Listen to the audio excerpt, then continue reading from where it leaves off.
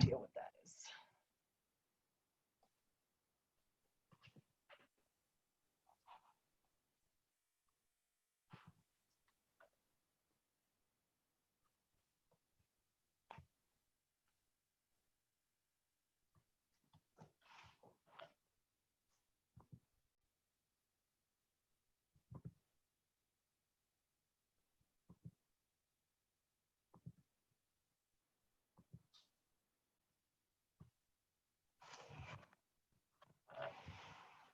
Hi, this is Sally Flashberger from the Wisconsin Board for People with Developmental Disabilities.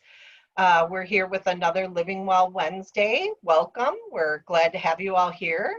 We're going to be doing two different topics today, a couple different topics. We're going to be talking about our BPDD communications and our newsletter. We're going to have a self-advocate talk about their recent submission to our newsletter called What's the Word?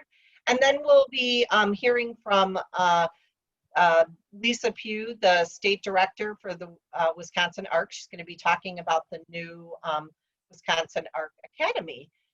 So thanks a lot for joining. Please feel free to post any comments on the chat on Facebook, any questions you might have, and those participating on Zoom. Also, you can use the chat to post any questions that you might have. We will be putting some resources in the chat on our Zoom and also our Facebook as we go through, so please look for those. We are recording, so we will post this later for everyone who might not be able to attend, and we ask that you share that. So with that, I'm going to turn it over to Jeremy Gunlock. He's our communications manager at BPDD, and he's going to talk all about BPD social media, our website, and give us some great information. Take it away, Jeremy. Awesome. Hey, everybody. How's it going? So yeah, like Sally said, my name is Jeremy Gunlock. I'm staff at BPDD. And we just wanted to take a little bit of time to talk about our social media and our website and how you can kind of stay connected. And then that'll transition into What's the Word, because that's exactly how Kristie and I kind of got linked up, is through Facebook and everything. And so, yeah, so our Facebook is where we put a lot of our information. So we know sometimes people don't always want to go to a website and search for stuff. And so Facebook is an easy way to get updates on any sort of policy issues that are coming up all around the state, projects that we have, or even, you know, during COVID-19, we've had a whole slew of more like fun stuff. I think we've promoted like 15 movies or something like that, where they've had cast and director there. And so, you know, there's some fun stuff that goes on too. And it's always just good information, and it's always being populated. And so I'll put all this in the chat also so that everyone has it. But if you're on Facebook, which I feel most people are, you can find us at Wisconsin BPDD, or if you just go into the search box and put WI-BPDD, we should be the ones that pop up. And then we're also on Twitter at WI-BPDD, and we do a lot of promoting our specific grants in areas, and Twitter we use a lot more to connect with legislators and elected officials from around the state, just because that's a platform that they are usually on. And then our YouTube also has quite a few videos on it. We've been lucky enough to have a couple of real talented videographers, and so we have all these Living Well Wednesday videos are up on our YouTube. And it's crazy to think, I think you guys have over 15 or 16 videos on there now. So I'm pretty impressed that we've been doing Living Well this long. Kudos to y'all. And so, yeah, our YouTube is just WI-BPDD. I would also say to check out the Self-Determination YouTube channel. It's a channel that was put together with funding by BPDD. And there's 4 co-hosts, self-advocates, that host it, and there's a whole bunch of information that they go through They've been really good during the pandemic, putting out new information that seems to change every day. But they've been really good at getting that out in plain language. And so I would highly suggest checking that out. There's also some other really cool stuff that's just good perspective of someone living with a disability and where they're at during the pandemic. But this has also been going on for a long time. So there's a lot of other cool videos that just give good perspective. So real quick, before we get into what's the word, I was hoping to share my screen and show y'all how you can sign up for like our newsletter and any other communications.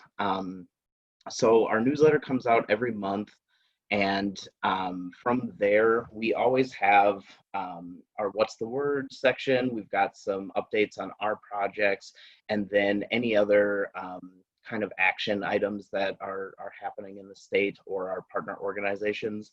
I'm sure this next month you'll see something about the ARC Academy, because we are definitely going to promote that, and it's going to be fantastic. So, so definitely sign up, and I will show you real quickly how to do that. All right.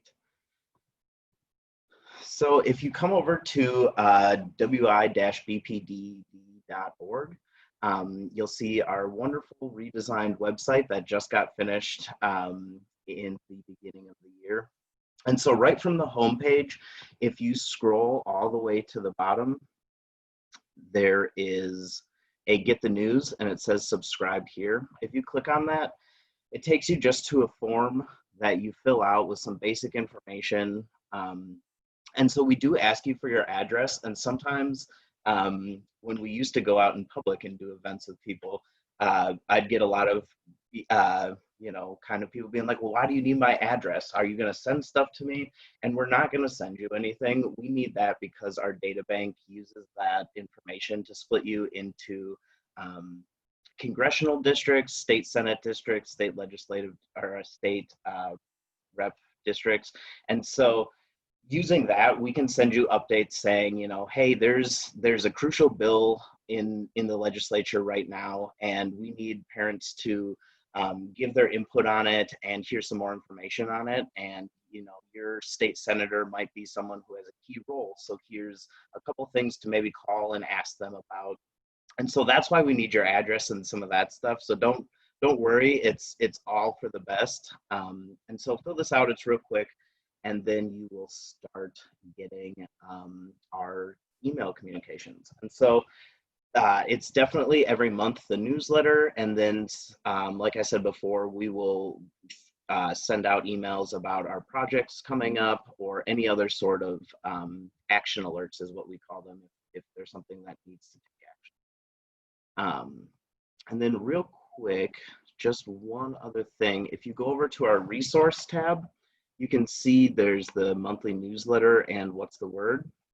And so if you click the monthly newsletter, you can see our newsletter we have in a couple different formats. So there's the English text version, which is what you would get in the email. And then we have a wonderful crew of people with and without disabilities that put together a fun, it kind of looks like a newscast program, and it goes through our newsletter just through video. And then we also have Spanish text translations, and we have Hmong audio translations. And so this is something that we've worked pretty hard to have it in separate formats. And so if you're going through this and thinking, hey, there's a format that I would appreciate that's not on here, feel free to reach out. I'll make sure that my email is in the chat, and you can always suggest different formats. We're very open to that. So I guess this is a little weird that I'm used to questions right away, and so it's throwing me off. So I'll get over it. There aren't any questions, but we did put all the, Caitlin is putting up all the links to everything that Jeremy talked about. So if you're on the Zoom, she also did it on the Facebook, so you can get to all of the different things that you talked about, our Twitter, our Facebook, self-determination channel, the subscribe on the newsletter. So that's all available to you. So So maybe just give us a little bit about what's the word, and then we'll have Kristie talk about that. So maybe just give us a little promo of that, Jeremy.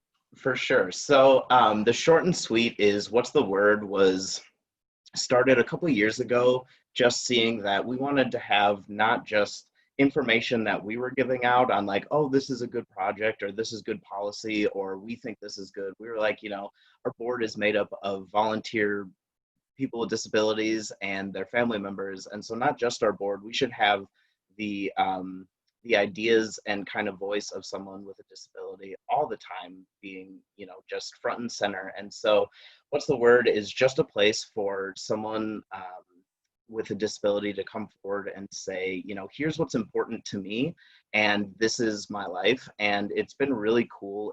We don't really limit any sort of topics. And so they're from all across the gamut. We've had people talk about racial disparities and how that, you know, mixes with disability issues. We've had people talk about employment. We've had people talk about marriage and how that can be an issue for people with disabilities, especially when they're on long-term care benefits. And so really it's a full gamut of whatever an individual wants to talk about. And so before I hand it off to Kristie, I would just say it's a pretty relaxed format and it's very easy to go through. I think Kristie can attest to that. But if you're interested in having your thoughts or ideas promoted and, you know, having a spotlight on them, feel free to reach out to myself or, you know, anyone that you know on the staff, and we'll get that set up. So then, yeah, I can kind of bounce it off to Kristie. Kristie and I actually met through Facebook. We had known each other previously, but she had a lot to say on Facebook. And so definitely our Facebook is a great way to get connected with us. So yeah, thank you once again, Kristie, for doing this. Great. Take it away, Kristie. Let's hear about what's the word and how you got involved. Okay, so I pretty much, so I was writing on my Facebook, like you were saying, and I was writing how I have all these issues with my autism and how I didn't get a diagnosis until later on, and how I'd like to talk about that because I feel like a lot of girls don't get that, they don't hear that, they don't get people to tell them about it as often as they should. So I was like, how can I share this? And I think it was Lisa who shared and wrote a comment that said, what's the word with a question mark? And then tagged by, I think, Beth Sweden. And Beth Sweden gave me Jeremy's information and it went from there. And Jeremy does it a bunch of ways, I guess. He'll either write it for you or ask questions. What I did was, or you could write it. What I did was he interviewed me over the phone. Then he wrote something up, sent it to me. I looked through it, corrected what I thought needed to be corrected, had another person look it over, and then we sent it back to Jeremy. And it was pretty simple. But you can go about it any way that you want. And then I guess if you're interested, my what's the word is basically, the big bulk of it is about getting a little peek inside my life, and as a female with autism being misdiagnosed for years. It tells a story of how I went through middle school and it was a struggle because they didn't understand what diagnosis, because I had a different diagnosis. Going through high school, going through college, having people question but not really sure, and how when I brought up the diagnosis, I got from my therapist that basically I was too smart and that mostly children have it and that it wasn't a possibility. I had evaluation after evaluation. I had an evaluation when I was 21 and the doctor said he didn't want to put that on me. So he instead gave me the label of developmentally delayed, which I think made me even more upset. And so it follows the journey of me actually getting that, and then how much it helped me to actually have that diagnosis, because all of the thoughts that I had about me being different were being validated. And then there's also some parts in there about YLF, which is also a Wisconsin Board for People with Developmental Disabilities program, and how I got involved in that and how it helped me with my independence, as well as things about my faith and how there's a lot of people who think that Jesus wants to cure people, and my belief that getting my diagnosis was my cure, because now I could accept myself and feel better about myself instead of hating being different. I had this whole group of people who were like me. So yeah, I guess that's a big bulk of what it's about, is finally getting the diagnosis and the stereotypes that girls face and people with autism face, but mostly the two together, trying to get that diagnosis. Kristie, this is Sally. How did you finally find the right person to diagnose you? So luckily I had a psychiatrist for a while, and we noticed that the DSM-5 had changed. So we brought it up to him and the therapist, who told me basically that I didn't have it, and read me the definition of autism, which wasn't helpful. But I went up to him. We went up to him for an appointment, and I was essentially like, I'm fooling you right now. I'm masking, and that's something that mostly females, males do it on the spectrum as well. I'm masking. I'm pretending to give you eye contact. I'm fooling you right now. Like, this is not at all. It's only because I'm comfortable with you. And he was like, okay, so take home this homework. And he said, look at the DSM-5 and the criteria and come back with where you fit in. And I fit in all 5 categories of the criteria. So we brought it back to him and we were like, here, this is what we have for you. And he was like, okay, I'm good. And this was at 27, and it was that easy. But all those years, everybody else was like, that's not what's happening. So. Did you have an IEP at school or anything like that? Did anyone ever at school recognize any of these issues? Yeah, that's the funny thing. My mom and I were actually just looking through some stuff and found some old IEPs of mine, one from 11th grade. And one of the things on there that says possible I don't know, diagnosis or things that I might have. And the top one was autism. But yet nobody thought you should get her tested for autism. So yes, there was a lot of that. I did have IEPs mostly for my epilepsy and for a learning disability, undisputed or other disability. Like, they knew something was up, but they didn't really know like what the full thing was.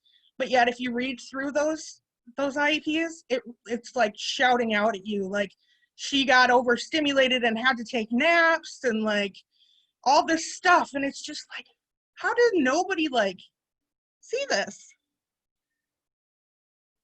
Do you think the diagnosis has helped? I mean, you said you think it's helped you feel more yourself, and so do you tell more people your story than just even, but do you tell other people your story, or what might help them?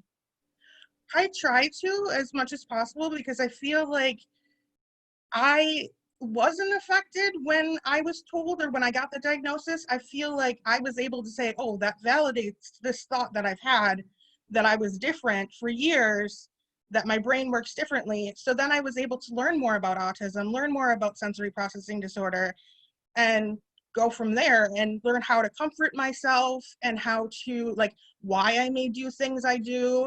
And also the fact that like there are big, huge groups of people that are just like me who have similar issues. So I wasn't alone. And I think, especially girls, it's very important for you to like think about, is this a possibility for me? Because girls get misdiagnosed so often and so frequently that their life is just a struggle, because they're basically, upset about, basically their life was a struggle because they're sitting there like, oh, I've got this and I've got that and I've got this.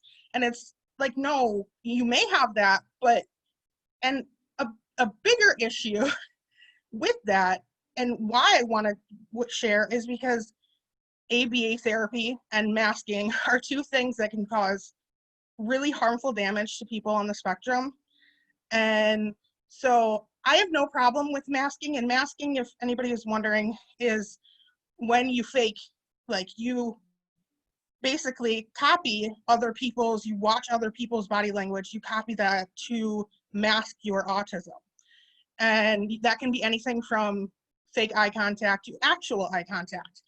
And so that's not as harmful in my opinion, but I think it can become harmful, just like ABA could become very harmful, especially to girls who don't realize that they have autism. I just have one last question. As a parent, I wonder, did it help your family or the people close to you also to have the diagnosis and a better understanding of maybe what had been going on all this time?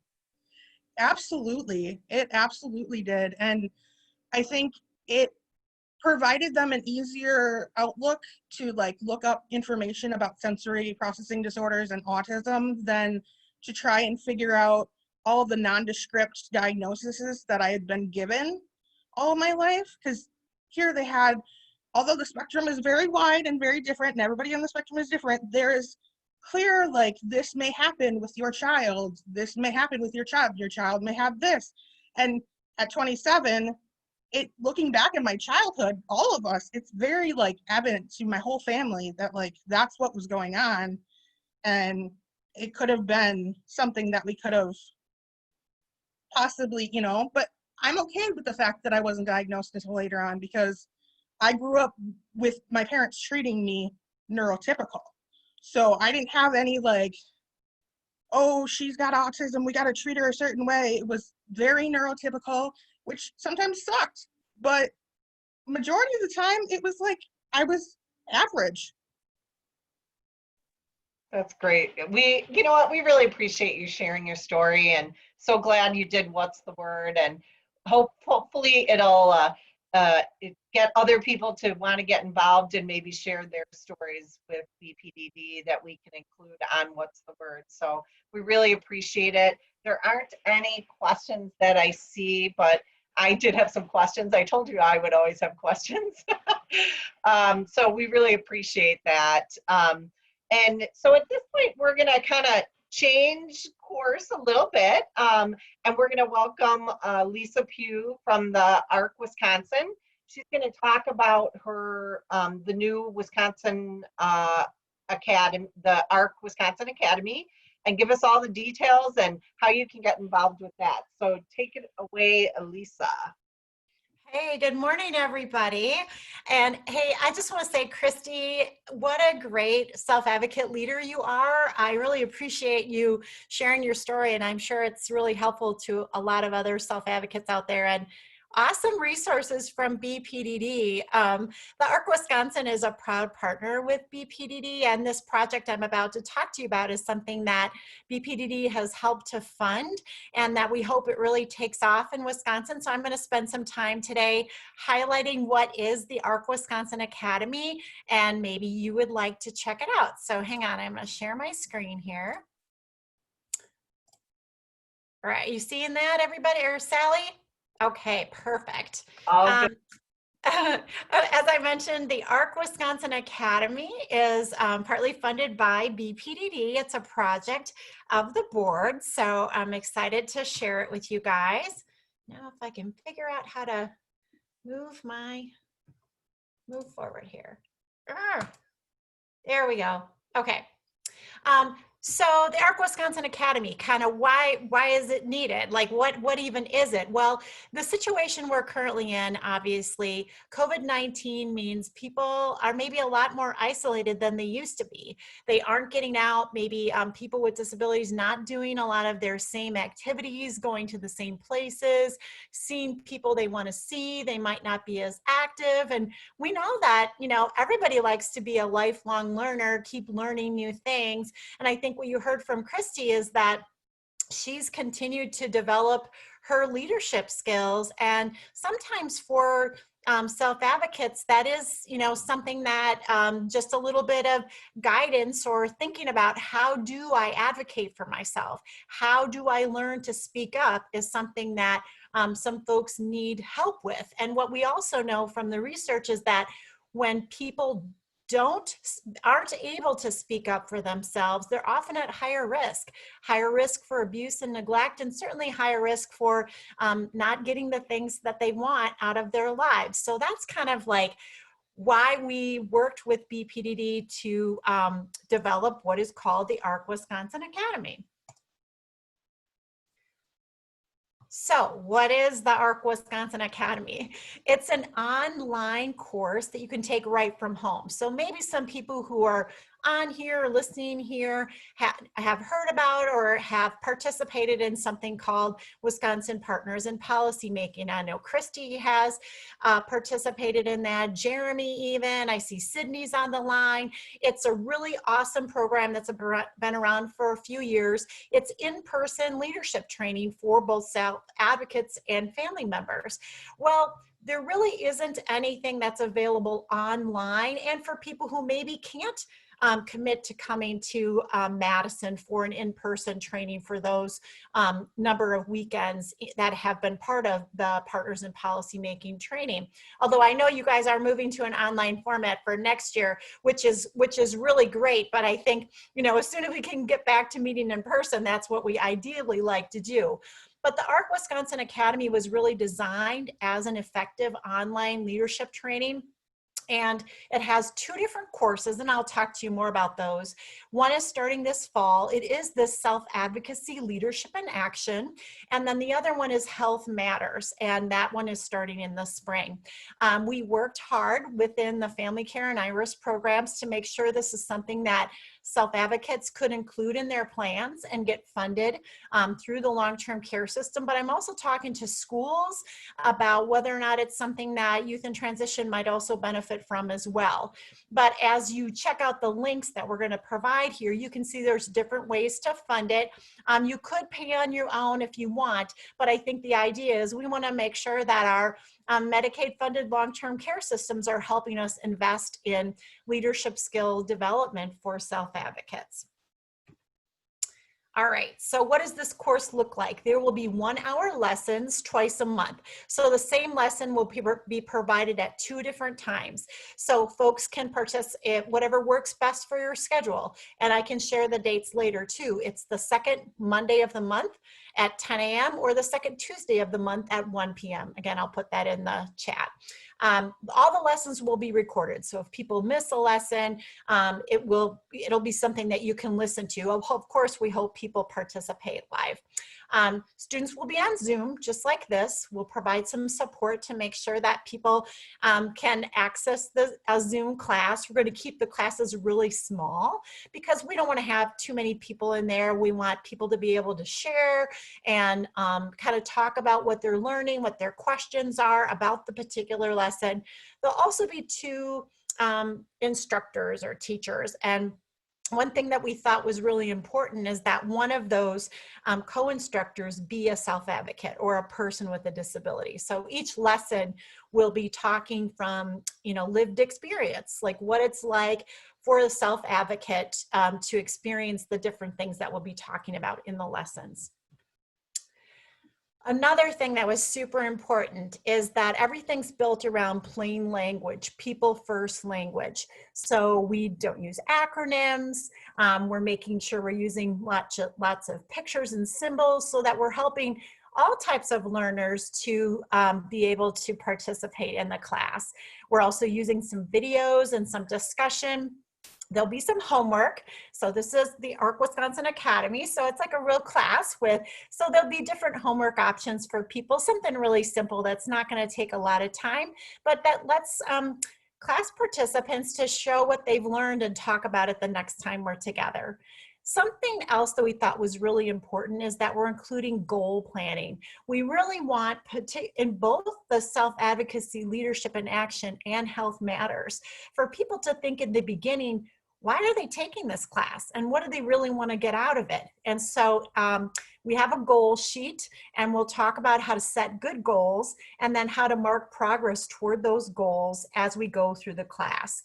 And then we'll check in on goals and make sure people are doing some of the things that they said they were going to do.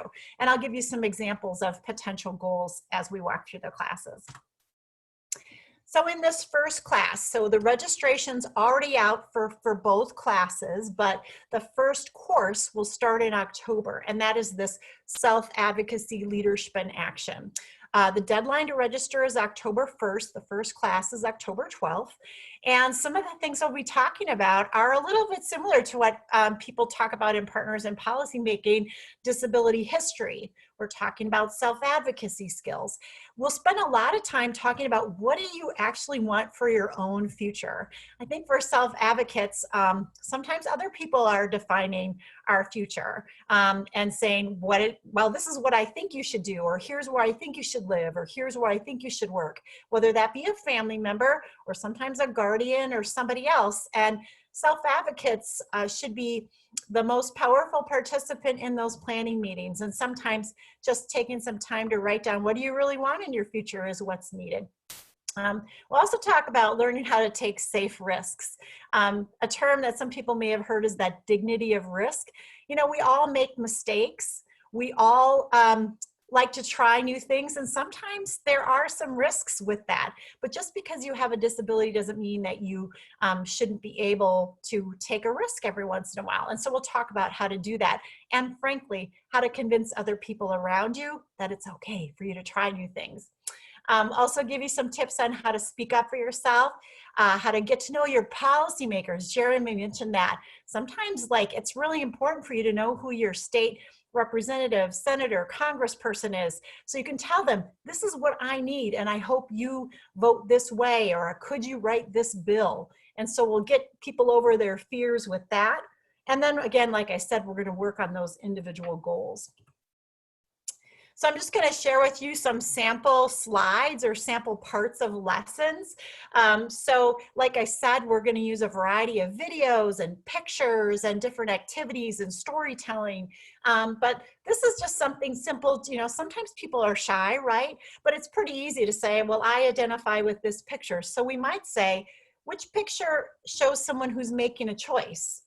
And then which picture shows someone who's following orders? And I hope that you would say that the person that's taking a choice or making a choice is on the left, the person who's looking at two paths. And that's what we really want for people with disabilities, is for them to be in charge of their choices and being able to tell people which option they really want. So we'll spend some time talking about that. We'll also have some more discussion and talking about letting people have time to talk about when they've stood up for themselves and when they've been able to speak up, or sometimes when they felt like they couldn't. And our self-advocate co-trainer will be sharing, you know, some personal experiences about that to try to encourage our other self-advocate class participants to do the same.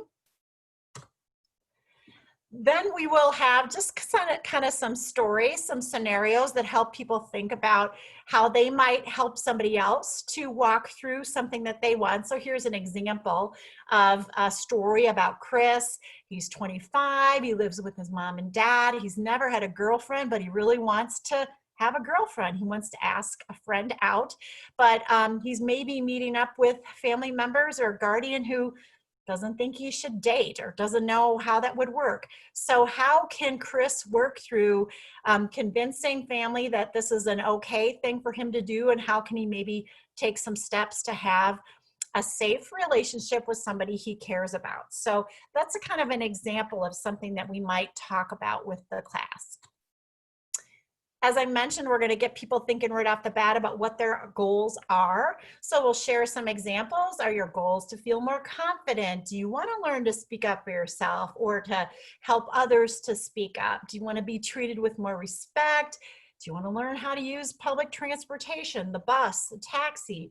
Do you want to start a new job or live in a new place, make more friends? So we're really going to encourage people to think through these sample questions or maybe one of their own. We will be in the beginning doing some follow-up with people to make sure that they've really thought through this, but then we're going to revisit it at every class. So now on to the second course. So that first course, Self-Advocacy Leadership in Action, it's 6 classes with 1 bonus course, again, or 1 bonus class. Again, they're happening once a month. So then right after that course ends, the second one begins, and it's called Health Matters. And the registration deadline for that class is April 1st. And the first class starts on April 12th. And this is based upon a curriculum that was designed specifically for people with intellectual developmental disabilities. It's actually designed at a university in Chicago. It's trademarked. All the materials are very well created, but it was designed for in-person classes. So we went back to the university and we said, can we take this and try to do it online? Because during COVID, most people do have to participate in things online. So we took some of the best lessons and materials they had and turned it into a 6-class online course. And here we talk through some of the things like, what does it mean to be healthy? We talk about exercise, the Fab 5 food groups, how much food is too much, and benefits of healthy eating. Some of these things we know, some of these things we might need a refresher on, but for people with disabilities, oftentimes we haven't learned these things. If we've been in school, maybe we weren't included in health and nutrition classes like other students. And unfortunately, we know that people with disabilities have higher rates of obesity, high blood pressure, heart disease, other things that are harmful. And so just making it fun and learning about health will be great. One thing I think is going to be fun about this class, we are going to exercise every time. I'm just doing some sample exercises as a group, so that should be interesting to see myself exercise on a Zoom call. All right, so the nitty-gritty of all the courses, here's the cost. And for any professionals that are on the call or accessing the recording, this is what it would cost to put in someone's IRIS or family care plan. So the self-advocacy course is $240. And again, that's 6 courses plus 1 bonus class, and it's offered 2 times a month. There's a little typo here, but the Health Matters course is also 6 classes. And then people can either sign up for either of the courses or they can sign up for both courses together. So if you go to the registration link that I know Caitlin put into the chat earlier, all of this information will be there. You can sign up for the course that you want. It will ask you if you are hoping to pay through IRIS or family care, if you think you can pay on your own. And so hopefully that registration process is pretty easy for you. So there's the link again that I know is in the chat. You can go there right now. So let's say I know I want to talk to my IRIS consultant or my family care manager or even my child's special ed teacher about transition support. Like, you can go there now to log your interest to save a seat, and we can try to figure out the funding later. But registration is not complete until the payment is received. So we'll be following up with people and helping to figure that out. I'm kind of working with all the managed care organizations and the IRIS consultant agencies now as people are signing up. So it should, work out pretty well. We've got a lot of interest in it already. So just a final thought. Again, thanks again to BPDD for helping to fund the development of the course. I know there's lots of new virtual training out there that people are providing, but we hope that we're providing is designed in a way that's really going to be very effective and powerful for people, because we designed it with the online format in mind, with a self-advocate co-trainer. So we're super committed to being the best training that's out there. And just remember, the only person you are destined to become is the person you decide to be. And so that's what we hope people will be thinking about when they decide to sign up for the course, is all the ways that they can learn new things. So that's what I have, and I'm certainly happy to answer any questions. I don't see any questions in the chats, but I just have a question. So there's 2 sessions, so that means between 10 and 15 for each session. So you're able to take up to 30 people, is that right? Okay. Yeah, I think we think it's probably best that any one class doesn't have any more than 10 people at a time in it, but we could take that many, yeah.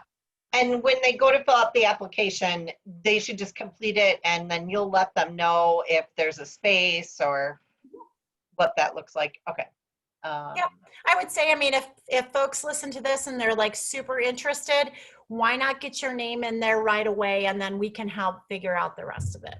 Yeah, figure out that funding piece, right? And help work with them. Okay, yeah, I think that's probably I would think what people will have most questions about maybe is how to get it into their plan, but you'll help walk them through that and figure that out. Okay. You know, one thing I forgot to say, Sally, I see that Sydney Badeau is on the Living Well Wednesday right now, and she is signed up as one of the Self-Advocate co-facilitators, co-trainers for the Health Matters class. So super excited to be working with Sydney. Sydney is, I believe, the board president for the Youth Leadership Forum YLF that Kristie talked about. She's certainly a board member. So great to be working with Sydney. And then in the fall, the Self-Advocacy Leadership in Action, the co-trainer on that, along with myself, will be a fantastic self-advocate by the name of Mike Noggle. He works for the ARC of the United States, and he's also on the autism spectrum, and he's been very involved with ASAN, the Autistic Self-Advocacy Network, I think they're called, ASAN, A-S-A-N. And he at one time worked in a state legislature and does a lot of public policy work as a self-advocate for the ARC of the United States. And Sydney, if you want to turn on your camera and unmute yourself, you can introduce yourself. I don't know if you're in a position to do that at this moment, but you might be out by her chickens. Exactly. All right. Just let's see. Yeah, Sydney did say she's excited, and she is the YLF president. So the Youth Leadership Forum is another program for the WI-BPDD, and we did not do it this summer because it is an in-person program. So hopefully by next summer we'll have that. Everything will be back to normal, and we'll be able to continue that. Lisa, we thanks so much, and we'll keep promoting the program. We're excited to see how it goes, and hopefully you'll have a good mix of people. And I'm just going to turn it over to Caitlin to kind of wrap it up and talk about next week's Living Well Wednesday.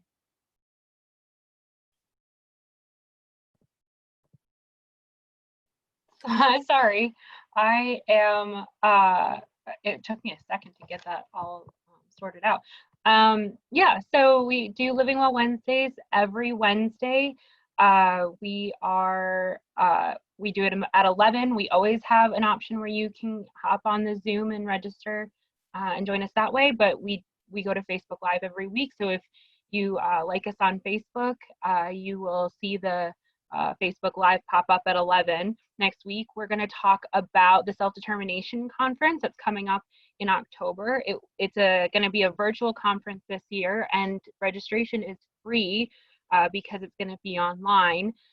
So Phil Calissa, who's another staff member of the Board for People with Developmental Disabilities, is going to come on and talk a little bit about how the conference is going to work this year, all of the exciting things that she has planned for it, and how you can get registered and get involved with that. So we're excited to have her join us next week to talk about it, and we hope that you will be able to join us as well. Thanks so much for coming today, and thank you again to all of our presenters who shared a lot of really great information. Bye, everybody. Thank you.